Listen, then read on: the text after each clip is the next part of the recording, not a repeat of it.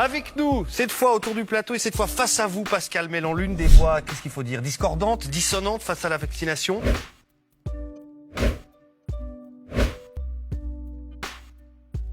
Face à la vaccination, on va être honnête. Face à la vaccination, on va être honnête, on va être honnête. Face à la vaccination, on va être honnête.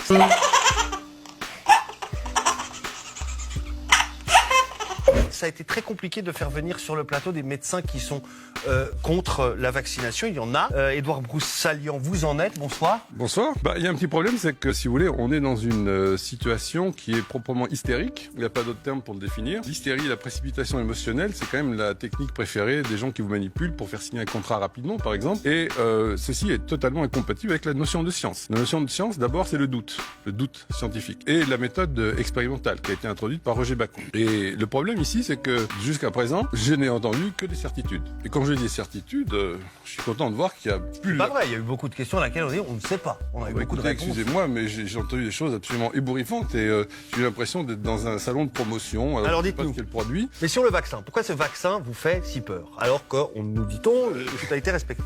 Pardonnez-moi de vous retourner l'argument. Pourquoi le vaccin ne vous fait-il pas peur? J'imagine que si je vous braquais aujourd'hui avec une arme sur le front, il serait logique que vous ayez peur et on pourrait difficilement demander pourquoi vous n'avez pas peur. C'est exactement ce qui se passe ici. Par cette médecine qui est basée sur ce qu'on appelle le réductionnisme, on fait certes des très grandes découvertes sur le plan purement scientifique. Je suis très content de savoir comment fonctionnent les ribosomes, les ARN messagers, etc. Et on a des très jolis diagrammes en couleur si vous voulez.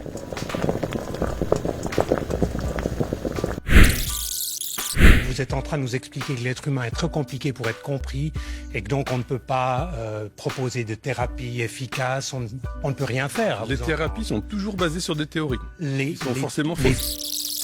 La mortalité infantile a diminué de manière dramatique.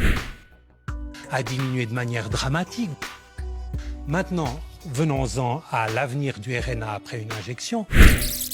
L'ARN est une molécule extrêmement fragile. C'est pour ça que beaucoup de gens ne croyaient pas qu'elle serait utilisable pour obtenir un résultat désirable. Ceci est observé scientifiquement. La méthode, le doute, on observe, on regarde et puis ensuite on conclut. C'est ce que fait la science, on observe.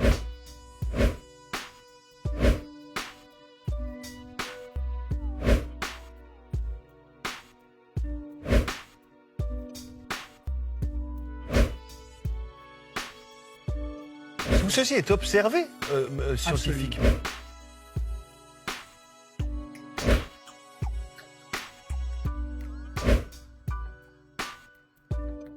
C'est ce que fait la science, on observe.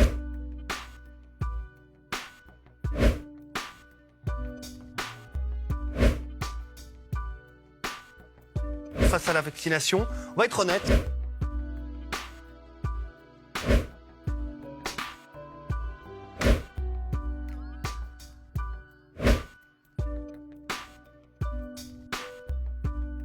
C'est que ça fait belle lurette qu'on ne parle plus de science. Les profits ne font pas bon ménage avec la science. La science s'arrête dès lors où le profit est impliqué. Je suis très gêné de dire que ni M. Mélan ni Mme Sigris ne nous parlent d'éventuels conflits d'intérêts. Je veux dire, d'après mes renseignements, la fondation Bill et Melinda Gates finance largement l'UNIL, l'UNIGE, votre futur laboratoire, je crois, monsieur.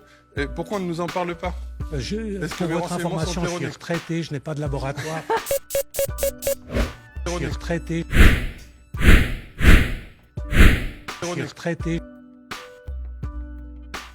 Pour votre information, je suis retraité, je n'ai pas de laboratoire. Arrête de rire! Je n'ai aucun conflit d'intérêt. Vous ne l'étiez pas encore, monsieur, en 2006 et en 2011, je crois. La fondation Bill et Melinda Gates a copieusement arrosé votre laboratoire. Absolument pas. Les chiffres Je qu'on a sur ne sais pas où Internet. vous allez chercher ça.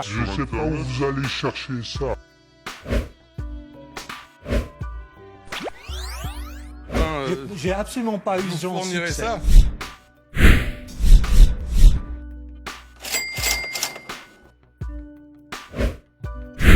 Je ne sais pas où vous allez chercher ça. Je Allez, n'ai aucun donc, conflit allez, d'intérêt. Je ne sais pas où vous allez chercher ça. Je ne sais pas où vous allez chercher ça.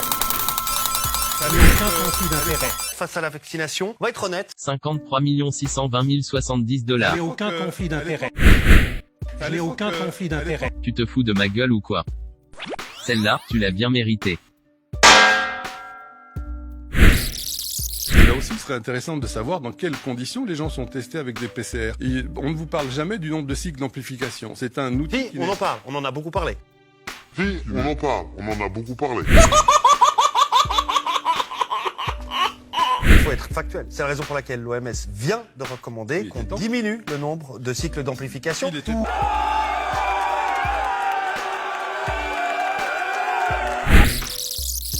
L'hydroxychloroquine est distribué depuis 70 ans sur environ 1 milliard de personnes. Et il est en effet extrêmement logique de faire jouer le principe de précaution contre cette drogue. Et là, vous êtes en train de m'expliquer qu'on va tous foncer les yeux fermés avec une thérapie qui est une thérapie génique. Ce n'est même pas un vaccin, puisque au sens propre du terme, on n'introduit pas une protéine contre laquelle l'organisme va réagir, mais on va en fait violer les cellules pour C'est l'organisme qui devient son propre on bioréacteur. va violer, en fait, ça s'appelle un viol. Le deuxième miracle avec ça, c'est que Pfizer a été condamné et a accepté finalement un deal pour 2,3 milliards de dollars. Il a été condamné pour des malversations dans les données concernant 13 médicaments. Alors là, d'un coup, ce laboratoire devient honnête. Est-ce que c'est un problème que Pfizer, condamné à plusieurs reprises, condamné pour la plus grosse amende de l'histoire de la pharma, 2,3 milliards de dollars, et avec soit aujourd'hui en mesure de nous sauver? Nous sommes les bisounours.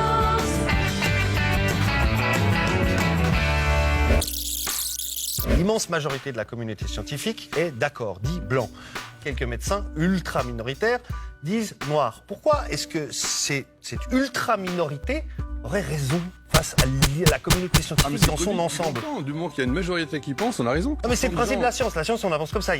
On établit un consensus scientifique et puis il y a toujours une ou deux personnes qui ne sont pas d'accord, mais voilà. Ça se passe pas du tout comme ça en science, justement. C'est exactement le contraire. C'est-à-dire qu'en science, il y a un type qui a compris que les autres ont faux et qui va défendre contre vent et marée son idée parce qu'il va percevoir les choses de manière exactement différente. Est-ce que les patients qui vont être injectés aujourd'hui sont prévenus qu'ils participent à une immense expérimentation mondiale à ciel ouvert? Oui, parce que ils le sont. Ils le sont. On est en phase 4, c'est une phase d'expérimentation et de commercialisation. La phase 3 se termine fin 22. C'est-à-dire qu'en fait, toutes les personnes qu'on injecte, à qui on n'explique pas qu'ils sont en train de participer à une expérimentation, toutes ces personnes, on le fait en violation des protocoles. Alors de Nuremberg, ça fait longtemps qu'on n'a plus rien à foutre, mais en plus du protocole de Vieno, que la France a signé, je crois, en 2012 et la Suisse en 2008. Suisse Medic a autorisé la mise sur le marché des 2 vaccins sur la base du cycle complet de la phase 1, phase 2, phase 3, phase 4. Je ne sais pas où vous allez chercher ça. Bah oui, mais sauf qu'elle se termine en 22. Vous n'êtes pas renseigné. Regardez, si vous lisez l'étude de Pfizer, elle commence déjà à être largement contestée. Parce que pour l'instant, les décisions de prise sur le marché qu'on peut prendre sont exclusivement avec les données fournies par Pfizer. Point à la ligne. C'est-à-dire que c'est le commerçant seul qui nous donne ce qu'il veut nous laisser voir. Alors vous avez raison dans une certaine manière parce que c'est une autorisation d'urgence. Et c'est ce qui fait qu'il y a une autorisation d'utilisation déjà avant la fin de l'étude. On reste donc dans un processus purement expérimental, illégal. C'est tout. On nous présente le vaccin comme le Messie. Je veux dire, excusez-moi de vous dire que aux meilleures nouvelles, si on en croit le laboratoire Pfizer, le vaccin ne servira qu'à peut-être limiter les formes graves. Or, quand on attrape le corona, eh bien, la létalité, aux dernières nouvelles, est de 0,5%. Vous avez 1,5% de chance d'en mourir. Bon, je crois que... Juste une chose, allez discuter avec les gens qui travaillent dans les soins intensifs de nos différents hôpitaux. Eh bien, justement, c'est fait. Vous savez combien on a de patients qui meurent dans le canton de Vaud? Aujourd'hui, là, à l'heure actuelle, on est en Covid positif. Et encore par charité. Mais les chiffres de la mortalité sont publiés par tous les cantons. D'accord, mais ça représente 15 personnes par semaine. Est-ce que vous pensez vraiment que tout ce cirque... À l'époque où on avait la peste de Justinien, on avait 30% de mortalité. C'est autre chose. Là, je ne conteste pas.